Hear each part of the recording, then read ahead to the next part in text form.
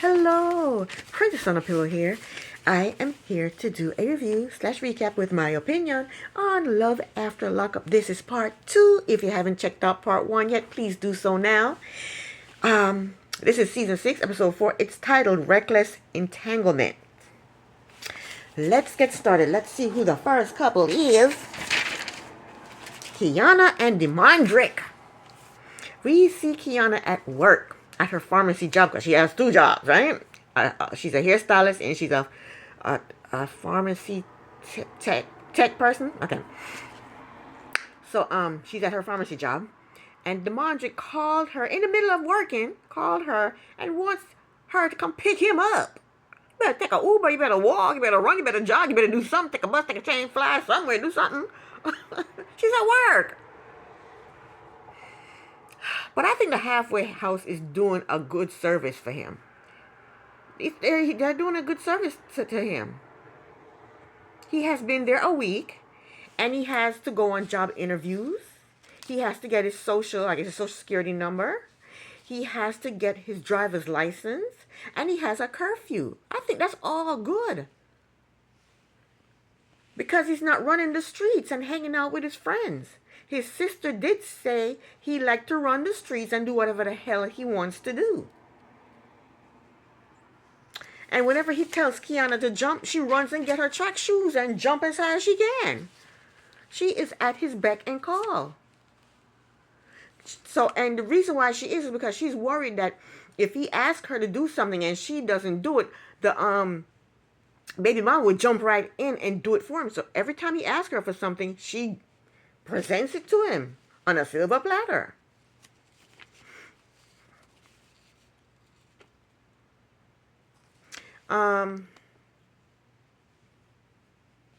But she's worried about that baby mama. But she can't worry about the baby mama because the baby mama has 3 kids for Demondrick. She's going to be in his life forever.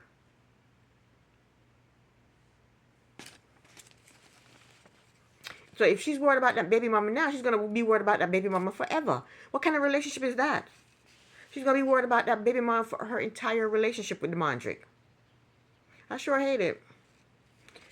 Now she has to leave work to go pick him up and take him to this job interview because he has a job interview. So she has to go take him to this job interview. And poor Demondrick, he's having a rough time of it in this halfway house. He said they put him on a monitor. He says he has to be in the building every day by 5 p.m. He said they take his phone at 9 p.m. every night. He said they treat him like he's a little kid. So let's address his issues, right? They put him on a monitor. Of course they put him on a monitor. They can't just let him run amok. His sister said he likes to run the streets.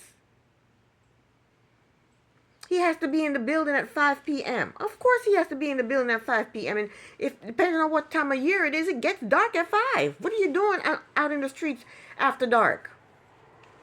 He said they take his phone from him at 9 p.m. Of course they take your phone from you at 9 p.m. Who the hell are you calling after 9? You have all day to make phone calls. The hell?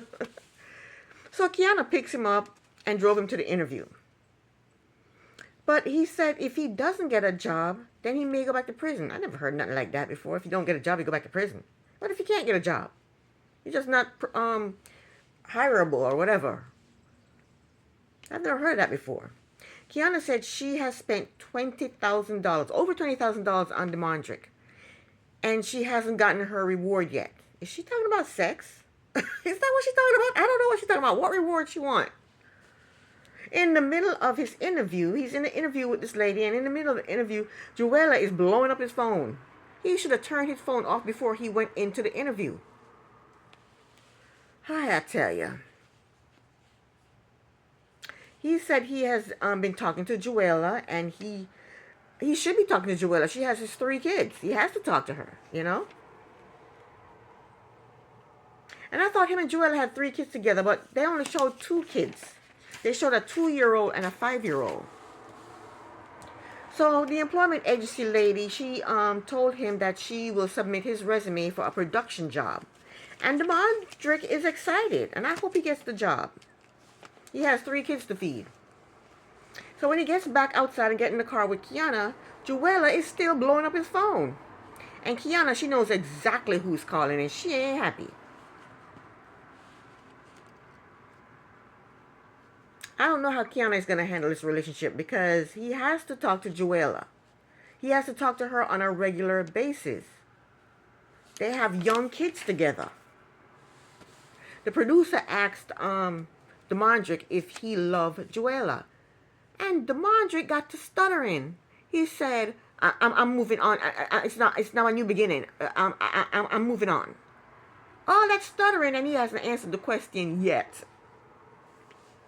Next, Demondrick brother, Barry, picks him up and drive him to some restaurant so that he can meet up with Joella.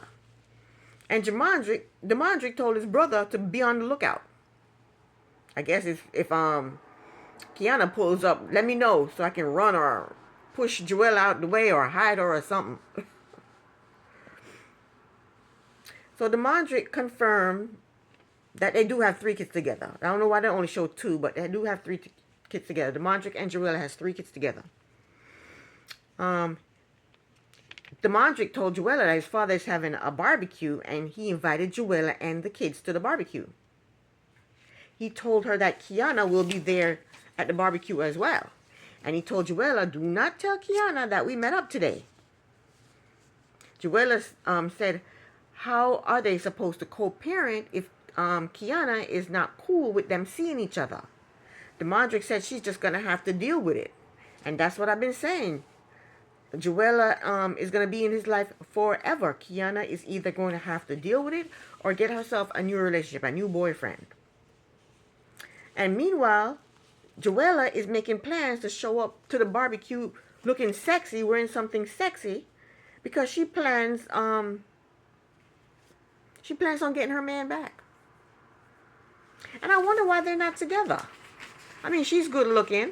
They have 3 kids together. They seem to get along well. They're not fussing and fighting with each other. They're being respectful to each other, talking nice to each other. She's attracted to him and he's attracted to her because, i.e., 3 kids, that they have together. So why aren't they together? When they were talking, he did mention that they argued a lot. But Joella wants her man back, and she's confident that she will get him back. Next up, Joey and Michael. Michael just found out that his mother wiped out all his contact out of his phone by resetting it, and he is not a happy camper. Michael said Joey is treating him like a kid, making choices for him. And he's not happy about that either. So they go out to eat. After they place their orders, Michael read his rules and regulation for his release. The paper said, upon release, report immediately to your parole officer. But he's not reporting. He's out at a restaurant eating, chilling, having a good time. The paper also said any deviation will require permission from the commission staff. 10 minutes out of prison and Michael is already breaking rules. Michael told Joey that they are going to go to the hotel that night and then he'll go to the halfway house in the morning. He's making his own rules. He's doing what the hell he want to do. He ain't going to do what they tell him to do. Joey is worried about what will happen if Michael doesn't do what he's supposed to do and take his crusty butt to the damn halfway house. Michael said if we ask for permission, they may say no. So he's just going to do whatever the hell he wants to do. And that's why Michael has been in and out of jail for his entire adult life. Because rules mean nothing to him. The paper also said he cannot get into any relationship until the parole officer and treatment advisor approves. Michael is breaking all the rules because he's in a relationship with Joey. Michael told Joey that they will tell the parole officer a couple of weeks down the road that they are in a relationship. They're not about to tell them now. Now Joey is seeing red flags. He said he is now realizing that Michael lies a lot and if he doesn't straighten up, he's going right back to prison. You think?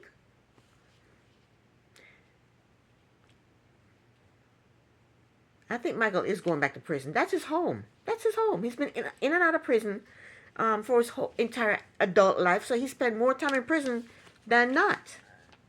So they leave the restaurant, and when they're driving wherever they're driving to, Michael realized that his phone saved all his contact and all his messages as a backup.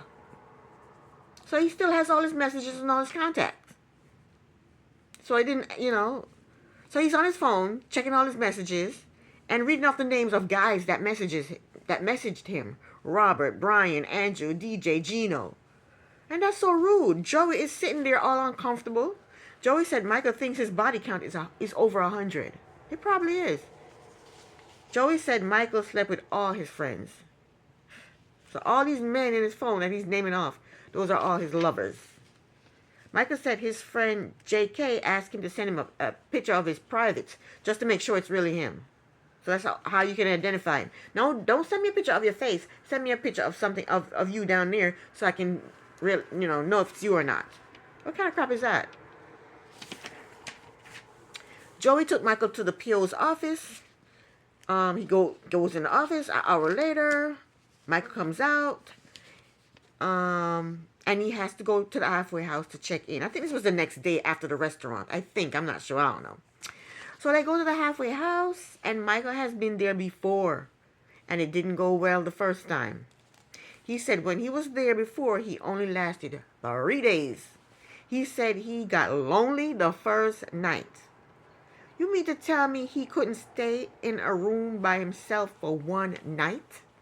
There's people out there homeless, sleeping in the streets, would do anything for a room, and he can't. And Michael couldn't stay in a room by himself for one night.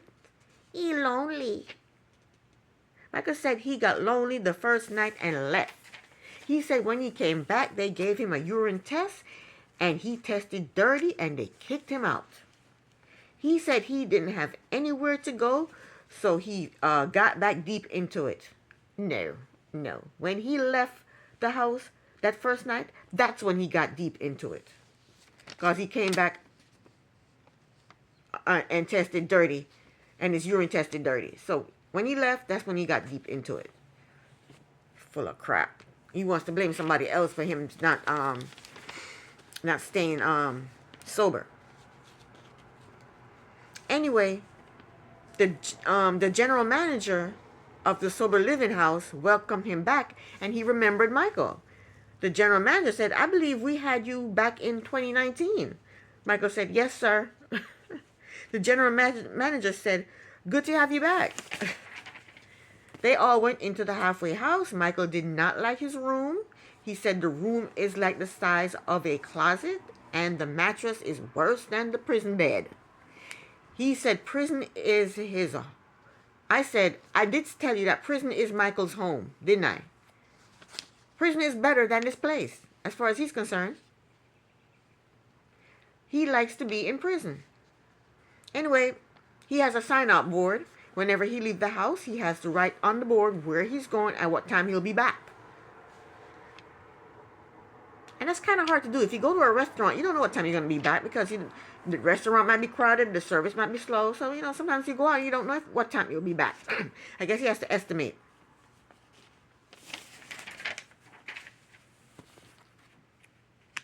And he cannot stay out past 10 unless his PO approves or unless he's working. If he's not home by 10, he will be charged $20. And then they'll give him a urine test. Michael said in his confession that he is not going to stay there long. When the manager left, Michael said to Joey, this shit is a fucking scam. Joey thought the room was fine. He was happy that Michael didn't have to share a room. Michael said, it's a scam. He said they want to take your money, kick you out, and move someone else in. Michael said the halfway house is worse than prison. How is it worse than prison when you get to leave whenever you want, but you have to be back at 10? In prison, you can't get to leave whenever you want. Michael told Joey, I hope you have $20 because I'm not coming back. And poor Joey, he walked off and started to cry. He said, how do I make him do the right thing? And the producer asked him, well, why don't you leave? And Joey said, because I love the guy.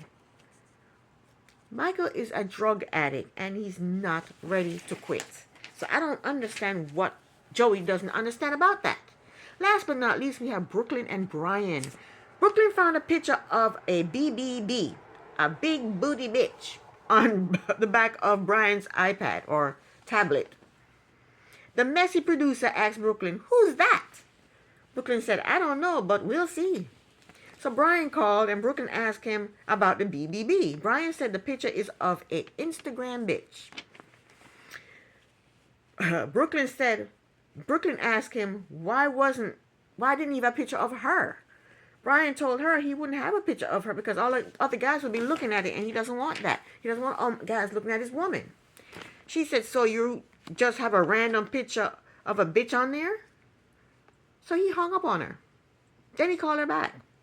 She asked him, why did you hang up? He told her he hung up because she was making him mad. And he told her she was being weird as hell. And he never knew she was this type of person. See, he's deflecting. He's caught with a big booty bitch. And now he's trying to pretend like he's mad at her.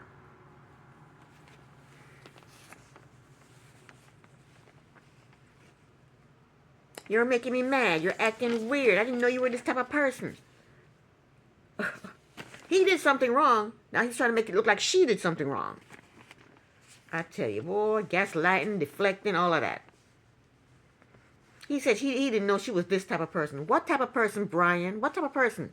The type of person that questions her boyfriend about another woman, him having a picture of another woman? Any woman would do that. Any woman would question their man about, why do you have this picture of this person? Any woman would do that. So when berating her, talking about, I didn't know you were this type of person, you're making me mad, you're being weird, when that didn't work, he decided to apologize, which he should have done from jump, idiot. So after he apologized, he starts to grovel. He said, I've never seen her, I've never touched her, I love you. All I have is a picture, that's it, I never touched her. I've never been with her. I love you and only you. So anyway, they made up and everything is good. For now. That was the end of the episode. This is the end of my review. Thank you so very much for watching. Princess on a Pillow here. Bye.